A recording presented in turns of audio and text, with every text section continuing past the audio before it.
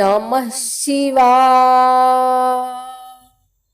आपका हमारे चैनल भक्ति गाथा पर स्वागत है। श्रावण मास में हम आपको प्रतिदिन श्रावण मास महात्म्य का एक अध्याय सुनाएंगे। श्रावण मास भगवान शिव को अत्यधिक प्रिय है।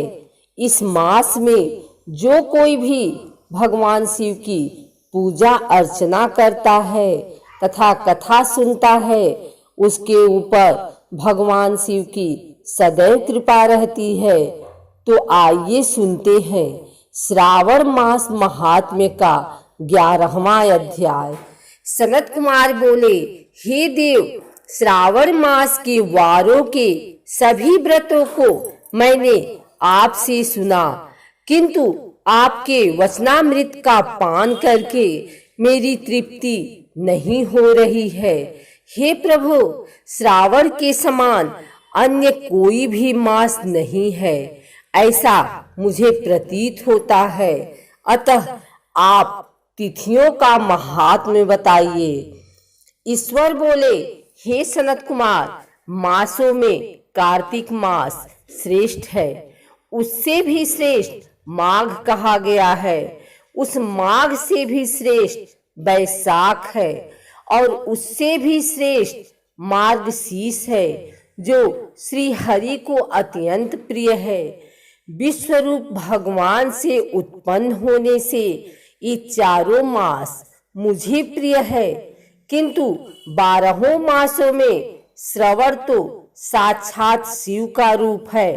हे सनत कुमार, श्रावण मास में सभी तिथियां व्रत युक्त हैं, फिर भी मैं उनमें प्रधान रूप से कुछ उत्तम तिथियों को आपको बता रहा हूँ। सर्वप्रथम मैं तिथि तथा वार से मिश्रित व्रत आपको बताता हूँ। श्रावण मास में जब प्रतिपदा तिथि में सोमवार हो तो उस महीने में 5 सोमवार पड़ते हैं। उस श्रावण मास में मनुष्यों को रोटक नामक व्रत करना चाहिए। यह रोटक नामक व्रत 3.5 महीने का भी होता है। यह लक्ष्मी की वृद्धि करने वाला तथा सभी मनोरथों की सिद्धि करने वाला है।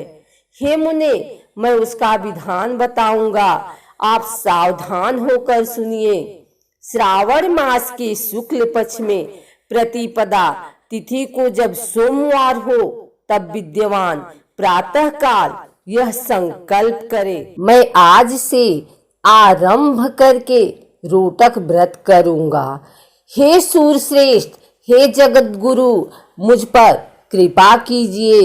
उसके बाद अखंडित बिल्व पत्रों, तुलसी दलों, नीलोत्पल, कमल पुष्पों, कहलार पुष्पों, चंपा तथा मालती के पुष्पों, गोविंद पुष्पों, आक के पुष्पों, उस ऋतु तथा काल में होने वाले नानाविध अन्य सुंदर पुष्पों, धूप, दीप, नैवेद्य तथा नाना प्रकार के फलों से शूलधारी महादेव की प्रतिदिन पूजा करनी चाहिए।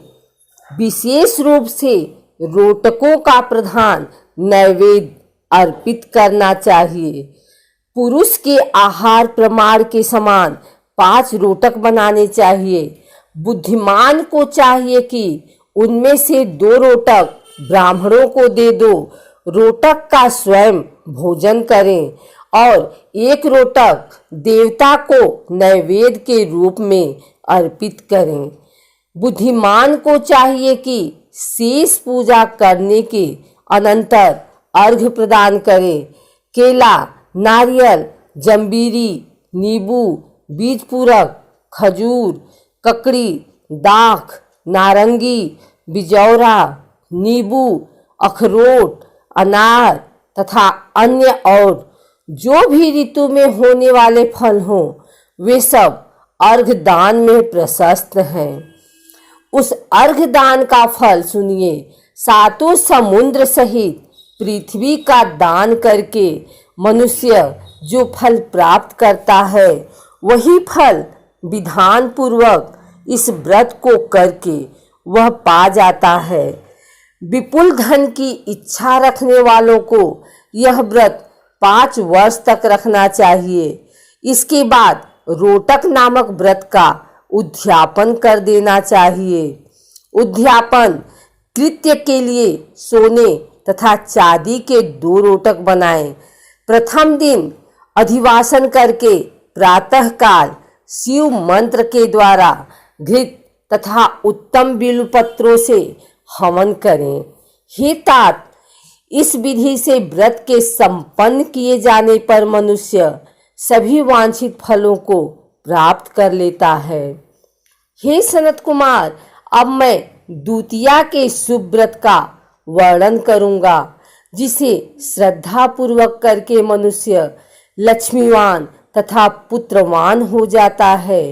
औदुंबर नामक वह व्रत पाप का नाश करने वाला है। शुभ सावन का महीना आने पर द्वितीया तिथि को प्रातः काल संकल्प करके बुद्धिमान को विधि पूर्वक व्रत करना चाहिए। इस व्रत को करने वाला स्त्री हो या पुरुष, वह सभी संपदाओं का पात्र हो जाता है।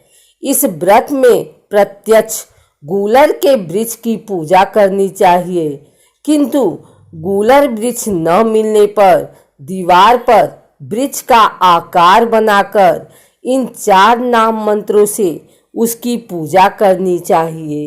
हे उदुम्बर, आपको नमस्कार है। हे हेम पुष्पक, आपको नमस्कार है।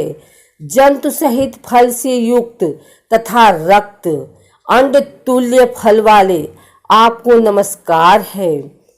इसके अधिदेवता शिव तथा शुक्र की भी पूजा गूलर के वृक्ष में करनी चाहिए।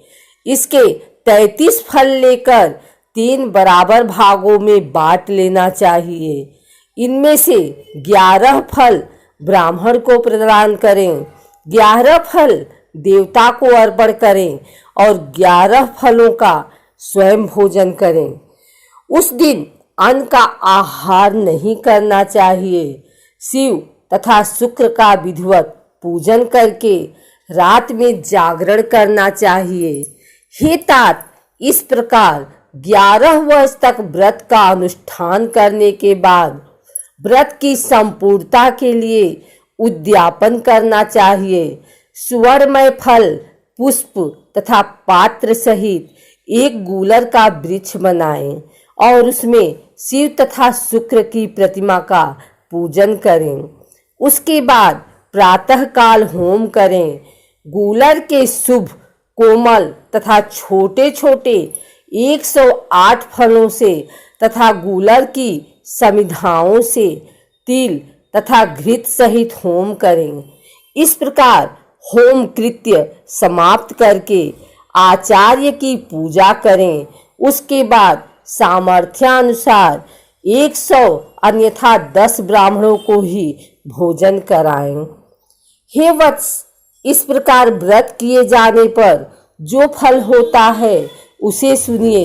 जिस प्रकार यह गूलर का वृक्ष बहुत जंतु युक्त फलों वाला होता है, उसी प्रकार व्रतकर्ता भी अनेक पुत्रों वाला होता है और उसके वंश की वृद्धि होती है। यह व्रत करने वाला सुवर्णमय पुष्पों से युक्त वृक्ष की भांति लक्ष्मीप्रद हो जाता है। हे सनत कुमार, आज तक मैंने किसी को भी यह व्रत नहीं बताया था। गोपनीय से गोपनीय इस व्रत को मैंने आपके समक्ष कहा है। इसके विषय में संशय नहीं करना चाहिए और भक्ति पूर्वक इस व्रत का आचरण करना चाहिए।